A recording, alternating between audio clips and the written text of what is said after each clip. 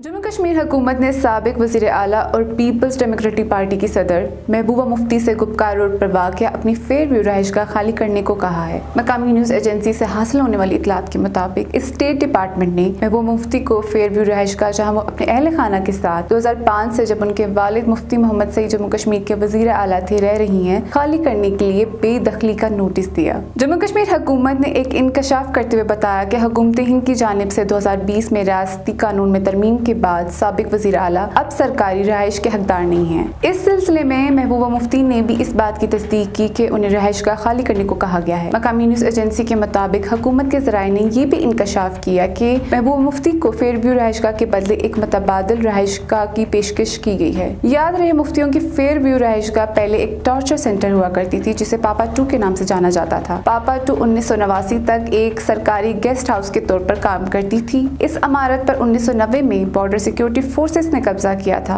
जिन्होंने इसे पापा 2 का नाम दिया। 1996 तक पापा 2 तफ्तीश और तशद्दुद के मरकज के तौर पर काम करता रहा। इससे पहले नेशनल कॉन्फ्रेंस के नायब सदर उमर अब्दुल्ला ने भी 2020 में अपनी सरकारी रहायशगाह छोड़ी। उमर अब्दुल्ला की तरफ से ट्विटर पर एक एडमिनिस्ट्रेशन सेक्रेटरी स्टेट डिपार्टमेंट को एक खत पोस्ट किया गया था, जिसमें कहा गया था कि साबिक वज़ीर आला के कवायद में तब्दीली की वजह से वो रज़ाकाराना तौर पर उन्हें 18 साल कबल दी गई सरकारी रहायश खाली कर रहे हैं। इसी के साथ आज जम्मू कश्मीर के लेफ्टिनेंट गवर्नर मनोज सिन्हा का भी एक बयान सामने आया, जिसमें उन्होंने कहा कि किसी को भी जम्मू कश्मीर यूनियन टेरिटरी में अमन में खलल डालने की इजाजत नहीं दी जाएगी। कहा कि अमन को गैर मुस्तकम करने की साजिशें करने वालों को भारी कीमत चुकानी पड़ेगी, किसी सियासी जमात का नाम लिए बगैर। एलजी ने कहा कि जो लोग अपने जाती फायदे के लिए बेगुनाहों के कत्ल को जवाज फराहम करने की कोशिश कर रहे हैं, वो दरअसल मुल्क की खुद मुख्तारी और सालमियत को चैलेंज कर रहे हैं। एलजी ने कहा कि मैं यहाँ ये बताने में हिचकिचाहट महसूस नहीं करता कि अगर जरूरत पड़ी तो ऐसे लोगों के खिलाफ कानून के मुताबिक कार्रवाई होगी।